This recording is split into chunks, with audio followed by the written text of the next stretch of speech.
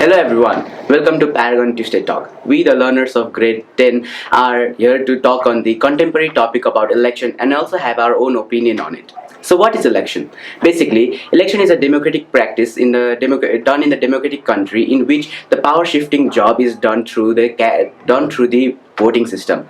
Countries like Nepal, there are two ways in which the election is happened. That is first past the post system, in which the citizens of the country directly vote for the candidate, and another proportional electoral system in which they vote for the political party, and on the basis of the ratio they get the seats in parliament. So Asim, what do you think about this system that is happening in like countries like Nepal? So basically, every country follows their own system of election. In our country, we follow first past the post electoral system and proportional representation. Yes. So first of all, I would like to say that no system is perfect in itself. But what happens is, like, I think first past the post system has a little bit of more flaws in it when it is compared to proportional representation. Let me make it clear with an example. Suppose there are 101 voters in Kathmandu Valley, and there are 4 candidates A, B, C, and D who are standing in the election as candidates. So basically, what happens is the election goes like this: the candidate A gets 25 votes, candidate B also gets 25 votes, and candidate C gets 25 votes as well. But candidate D gets 26 votes. So in the first past the post electoral system, what happens is basically candidate D got the majority of votes when compared to other votes because it was 26 as the maximum number of votes. So because of this reason, it takes the whole constituency. Because of this reason, it is also called winner takes all system. But what I see is because the majority of people did not vote for them. The majority of people vote against the candidate D. So because of this reason, what is happening is, although most of the people don't like candidate D, but still the candidate D has been elected. So because of this reason, the first past the post electoral system is not good because it gives absolute power to just one person, although it does not get a clear majority. But in proportional representation, what happens is, like, I think it is a little bit better because although all the candidates have got like almost the same number of votes, so the number of seats gets in proportion. So 25% out of 101 votes, so the all candidates A, B, and C and D get a fair equal share of votes according to the number of people who supported them. So because of this reason, I prefer proportional representation in place of first past the post. Oh yeah, in as election is going on, I have heard this term gerrymandering. Gapan, do you mind explaining what is this? Gerrymandering, it's a political term where political constituencies are divided not based on their population but rather to favor a specific party. So this is a very common practice actually, not as uncommon or as criminal as you would think. Rather, it happens even in the most democratic countries like the US and France. We can see this very clearly in the example of Morang and Kathmandu in our country, where they both have equal number of voters. But however, Kathmandu has 10 constituencies and Morang has 6. You'd think, according to the constitution, that well, each vote is equal. However, according to the constituency and the amount of population, we can see clearly that the voters of Kathmandu have more voting power than those of Morang. So Asim, do you have any solutions, or do you know why this has actually happened? So basically, it happened because our constituency were divided 10 years ago, not according to the present population, but according to the population of 2070 years. So what happened was, like, in 2070 years, the second Constituent Assembly's election was taken place. So during that time, Constitution Delimitation Commission, or CDC for short, it was formed to divide the Nepal into 165 constituencies. So because during that time, what CDC did was, it took the population as the main base for dividing the constituencies. So during that time, what happened was, like, Kathmandu was the center for immigration, and from all the 75 districts of that time, from all the 75 districts, all the people were immigrants in the Kathmandu. So most of the people was like immigrant population. However, what they failed to do was, like, they failed to recognize what population is and what voter population is. There is a difference between population and voter population. As we all know, we are under 18, so we are not counted in voter population, but still we are counted in population. And similarly, the people who were in Kathmandu at that time, they were most of them immigrants. So during the time of election, they used to go out of their country, out of the valley in homeland, in their villages to vote. So because of this reason, the population of Kathmandu seemed very apparent to be very much higher, but while in reality during the voting time, the population was very less. But since the population was taken as the main factor while dividing the constituencies, the Kathmandu got most number of constituencies, 10 it got, but in Morang it got just 6. But during the time of election, most of the people go out, so very few people get more power. I can see the problem here. Do you have anything to add, Vishes? Not really, but yes, this is kind of a problem we can observe in countries like Nepal, because like the ruling party seek for their advantage rather than letting other people. Exactly, I had one question in my mind. Okay, like, why is the date of election said to be on 4th Mangsir and not some other random dates? Election Commission actually suggested the date to government to be Mangsir 2nd, but the government did not respond for over a month, and then out of nowhere declared it to be Mangsir Mangshir 4th, and they did not even give an explanation for the 2 missing days. I see.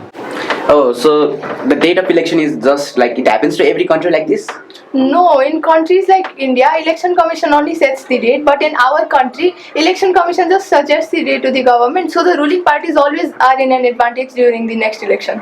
Oh, as I said earlier, ruling party is always in advantage. Yeah. That is nothing. But yeah, during elections, yes, like the political party advertise themselves. So what are the manifestos of this, Ridhima? Like, what is the manifestos? Like, what is going on during this election? Yeah. So manifesto is an actual very important part of an election. It is a document that is released by political parties that states their policies and priorities that they are going to establish if they get a chance. Now, as in case of Nepal, it is only released 20 days before the election, so voters are not able to go thoroughly through it. They are not able to analyze and read it properly so they can pick a potential leader. Now, obviously, my parents were also not able to go through it because of the number of parties and the days it was released. And manifesto, as the voters are not able to analyze it properly, the political parties gets an advantage as they are not able to hold them accountable for the promises they made earlier. Now, definitely, there is a certain budget set for the political parties they can use to promote and advertise themselves. Could you tell us something about this, Vishnu? Yes, sure. Yeah, budget is something that is decided that this amount of money should be used in certain government activities. While in terms of Nepal, not about the current election, but in the election that happened 2074 BS, the candidates were limited to some money, but later on the candidates spent around 9,500 crores on the one election. 9,500. Yeah, exactly. Not even that. And voter education, in the term of voter education, they spent about 3.5 crores. But still, the ratio of invalid votes to valid votes still remains rock solid. It's still majority of the people still don't know how to vote properly. And yeah, there are many problems in the ballot paper itself. It's so huge that people might get confused. And talking about upcoming election, there are 4 ballot paper we have to vote. So they might be confused between the political party, or they might get confused between the people. So yeah, that is one of the major problem that people of Nepal have to face during this. There's also the problem that, provincial and federal elections have been mixed. While I do agree with the sentiment that, there's problems of inclusiveness and inequality mixed in, I also disagree with the fact that they're held at the same time. I understand the problem and I understand why the solution has been set. However, I'm not completely satisfied with this. So provincial election is also happening along with federal election this time, right? Yes, that's correct. So why don't we hear about provincial elections? I think they are more powerful than federal in terms of our life. No, but because of the media, maybe because media is only focusing and it is highlighting just the federal elections. Oh yeah, that can be true. Not only that, but I have noticed some people of some political party are regularly being in the parliament. So what is this how does this work happen? Actually, this is because of the instability that occurred after our democracy and our country was formed as democratic. So, ever since 2065 BS, we've seen many governments form and collapse over the course of just 15 years. We can see them regularly changing, and this gives the rise for many people to not complete the term and just become president repeatedly. We can see the same person become twice, thrice, maybe even 4 times in some cases. This is a very big problem, and just to solve this, we need to have complete and concrete evidence, not evidence, but rather complete and concrete stability in our country and stability in the government. And this is also caused by the coalition of governments. We don't have a clear majority in our government. So what this has led to is coalitions forming and disagreeing on who should be the prime minister. And there again, the government collapses again after just a few months. Yeah, while talking about election, there is a term that exists in almost every country. Yeah, can you please say me something about corruption? The term corruption during election. Okay, so since you have asked me about corruption, let's talk about the salary of the member of parliament. How much is it? It is 70,000 per month, and if you calculate in 5 years of tenure, they earn 40 to 50 lakh. And while spending in election, they spend 2 to 3 crores per candidate during the elections. Where does that money come from? Yeah, that is where corruption exists in our country. Another problem I've seen is during this pre-election phase, people come and they ask you for votes, and then after they win in the election, they are nowhere to be seen. Yeah, I cannot even see my leaders nowadays in my area. Even when they ask for votes, they cause problems. Haven't you seen this in everyday life, Ritu? Yeah. Yeah, I had just experienced this a few days ago. I was out with my family for a dinner, and we, like, on the way of returning back, we were like completely blocked. The road was completely blocked with people promoting their parties, and it took us about 30 minutes to get out of that party. I mean, the road. So I believe this is not the problem only I am facing. Most of us are here have already faced such problems. Yeah, during that general election, I noticed that ambulances were not even allowed to move in the road. Like they were advertising that vote for us, and even like the serious condition of the patients was completely ignored. That is not, good in terms of social. But you know what? The advertisement policy, what they are operating is like they do home to home, right? It's Yeah. actually working, you know.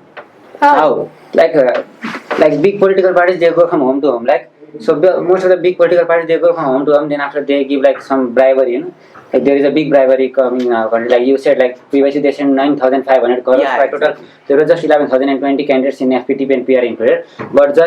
But they total spent 9,500 crores. This was not some money spent on some national project like some Kuliganda Gather Power project or some other like big building. It was just money spent on political advertisement. And because this reason, I think like most of the time, the big political parties are only getting the votes. This is shameful, really, to be honest. Yeah, exactly. Like So is there not any limit for this? Like they're just randomly like. actually, there is a limit. Like it depends from place to place. You know, like in some underdeveloped places, the limit is like we can spend from 25 lakh. In some very highly developed places, like in Kathmandu, some parts of Kathmandu, the limit is up to like 33 lakhs.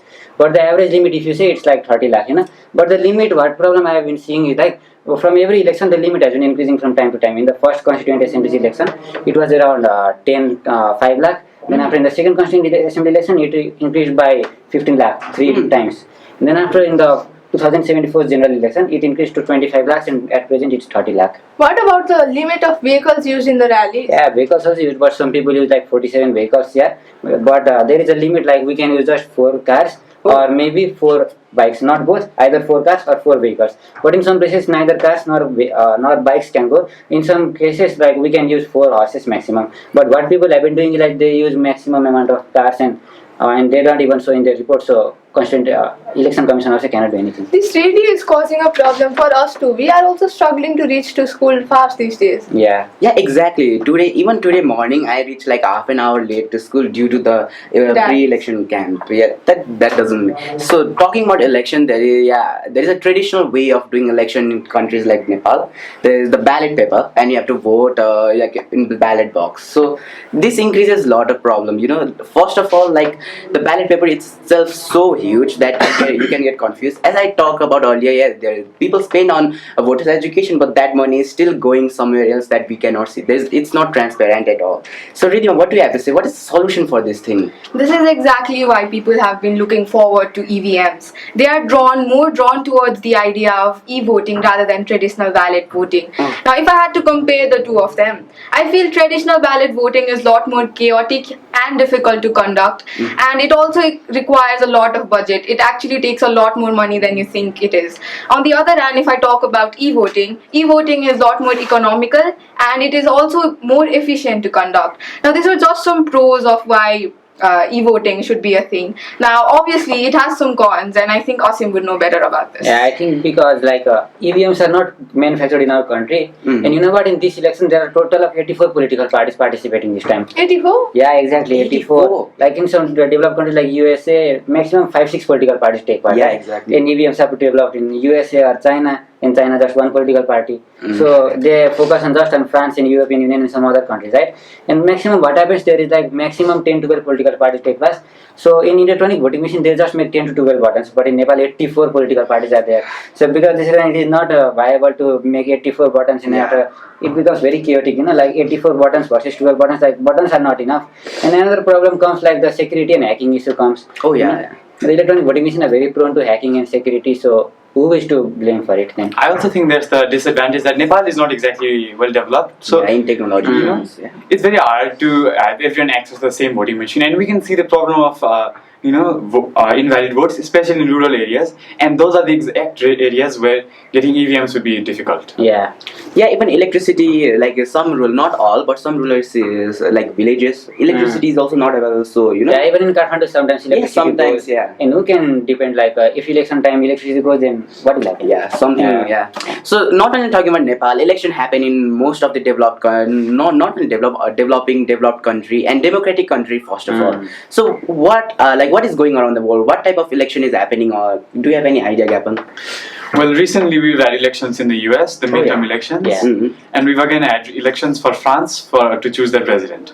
And we can see that their elections, although not perfect, they have been a very good role model for what elections should really look like. They were transparent, they were free, and most of all, they weren't as corrupt or as bribe-filled as ours are. So I can definitely say that, well, we should take an example from them, and they're setting up a very good example. In France, I heard one news that one political person was spending more than the required by the election commission. He spent like 2-3 lakh more when converted to Nepali rupees. So he was sentenced to 1 year in prison. But in Nepal, that is not happening. The limit is 30 lakh, and they are spending 2-3 crores.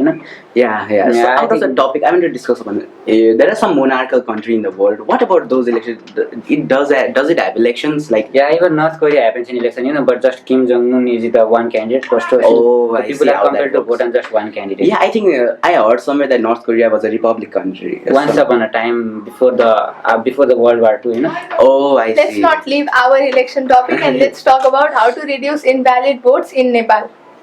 So yeah, invalid votes. So voter education is number one priority, because EVM is not simply possible in our it is possible, but it's not so easy, Practical. Yeah, it's not so practical to use in our election system. And plus Nepal, let's face it, it's politically unstable. Sometimes election can happen very soon and often, so every time it's going to be difficult for. I have one question in mind. Yes. How can one person become prime minister like 5 times, 7 times? Is there no limit for being prime minister? So actually, what is the thing is, we all have the misconception that we only can be 2 times 10 years, but that is for the president, not for the prime minister. For prime minister, there is no limit. Actually, in the constitution of Nepal, there is no limit, but morally, it is said that morally we can sense that a person should not be more than 2 times, because new leaders can make a country develop into like new, development processes can happen in a country. But there no age limit for participating in elections, like maximum age limit? Maximum age limit is not there, but minimum age is there, because for House of Representatives, I think it's 25. And for House of Representatives, it's 25, and for National Assembly, it's 35. Yeah, but for maximum, it's not. Although I think there should be a set age limit for maximum. No, I disagree with that. Because the people, they operate with their mind, and like some highly educated people are like, some people are 96 years old. Next example of Warren Buffett. He's a billionaire and he's 96 years old, but if we say that he is very old, so he should not get to work, then he will not be a billionaire. Well, the thing here is, right, so in our government, people are said to retire after 70 years old because they're said to be mentally incapable after this. However, we should not. But however, that contradicts our politicians of this day, because most are above 70. They should be. If they are not allowing other people over 70 to work, why are they still working? They should be considered senile, and they shouldn't be considered. They shouldn't be allowed to work. Actually, they are not doing like I am not allowing people to participate in election. They are like young people are also participating in election, but like people are not voting them, so they can also not do anything, and we can. And there's a problem with that. People in Nepal or this kind of country usually vote for the person they think they will win. So there is no like, yes, this person wins, so I'm winning. I don't like him. I don't like his agendas, but this person is going to win, so I'm going to vote him. Exactly. That kind of concept has like youth of the nations are not getting equal opportunity, and so that old people are not old, technically old, but the age. Actually, this is a problem not faced in Nepal but in whole world, Yeah. Because this reason only most of the countries they have like 2 major political parties. In USA there are 2 major political parties. In Nepal also there are like 2-3 major political parties. Like you need to count, like even our family, like let's face it, like our family support one kind of political party. Maybe not now, but in looking back into the past, yes, they might have. So that kind of mentality still exists in our society. So that needs to be eradicated to have more fair election in. I actually had a question. Yeah. You mentioned before that the voting this time is going to be a lot more complicated. How do you think people can avoid like getting invalid votes? Oh yeah, so Invalid vote, yeah. I have explained earlier that they spend like 3.5 crores on voters education, but still the ratio of invalid votes is, yeah. If the person is not like, they must given some kind of facility that if the person doesn't know how to vote, they must be taught nicely. Like this is for this is for this is for this is for this. But people don't do that. People are ashamed that they will teach me wrong or something. Because yeah, people will seek for their own advantage in the elections. Political parties. If a member of a political party says you to vote like this, they might have been saying you to vote like to their party only. So that is one of the problems that we can observe in Nepal as well currently. And to solve that kind of problem, proper security system must be there in this kind of voting places. Yeah. Recently in Rotherham, one person took the ballot box and ran. Yeah, I could see that in general elections, right? Like last time in local election, one person in Rotherham took the box and they were running like photo. They burned also. Yeah, really they burned. Like there should be some security mechanism. Exactly, security is not maintained, and plus if security is even maintained, like it's not so much practical, because people are wild in. I think the election commission should spend a little more money and like give little more focus. Exactly. Instead of spending so much money on unnecessary, they should spend on necessary. And the report should also be transparent. Yeah, the report exactly, because last time, as I mentioned earlier, 9,500 crores was spent. That's too much.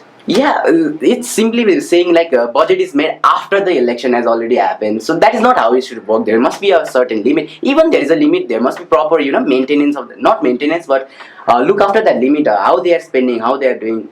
But I think the problem arises with the fact that after they win, they are the one who hold power. Exactly. And since they hold power, the people in the election commission don't want to go against them, even if their reports are false and even if they're not transparent. They can't go against them. Aren't they held accountable? Well, I think it has to do with our judiciary system, to be honest, because our judiciary system, it's weak and it's unlike its main purpose. It's not fair and it's not completely transparent as well. Judiciary systems should be fair, and they should be based on justice, not on who holds power. Yeah, okay, so yeah, our system might be some places pros or cons, right? But nothing we can do about it. And we can hope for a better leader for tomorrow. There are some people who are on top and who can make a real change. Exactly, And this is not going to make a big This is not going to make a big difference in our future. So election like 5 days left, right? How many days? 5 days. 5, 6 days. Let's say 5, 6 days. Yeah. So let's vote for. Let's not vote, but let's vote for. Let's vote for the candidate whom we feel like it is okay for our country and rather than voting for a family political party. Don't go behind of meat and rice. Vote for the candidate whom we think we are good. I think we can expect to say. I think we can expect. I think this talk is going like too long. Like we are just talking in this, not going to make big change. Yeah, sure. Yes. We should just end it now. Yeah. So that's it for today. Hope you have all enjoyed it. Thank you. Just vote for the candidate who you think it is good.